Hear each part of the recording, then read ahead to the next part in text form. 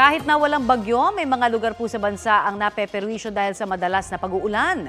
Gaya sa Tantangan, South Cotabato, nasisira po yung mga taniman ng pakwan.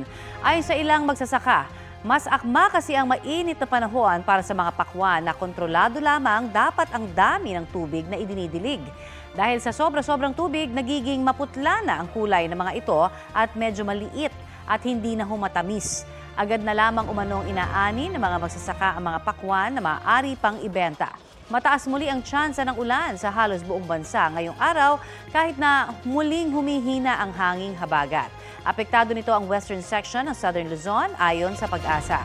Sa mga susunod na oras, asahan po ang light to moderate rain sa iba't ibang bahagi ng bansa. Base po yan sa rainfall forecast ng Metro Weather. Posible po ang heavy to intense rain sa maaaring magdulot ng baha o landslide.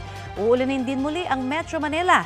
Nakataas nga po ngayon ang thunderstorm watch dito sa NCR, Bulacan, Rizal, Laguna at Cavite. Ibig sabihin po niyan, posibleng magkaroon ng pag-ulan na may kulog at pagkidlat hanggang alas 10 mamayang gabi ayon sa Pag-asa.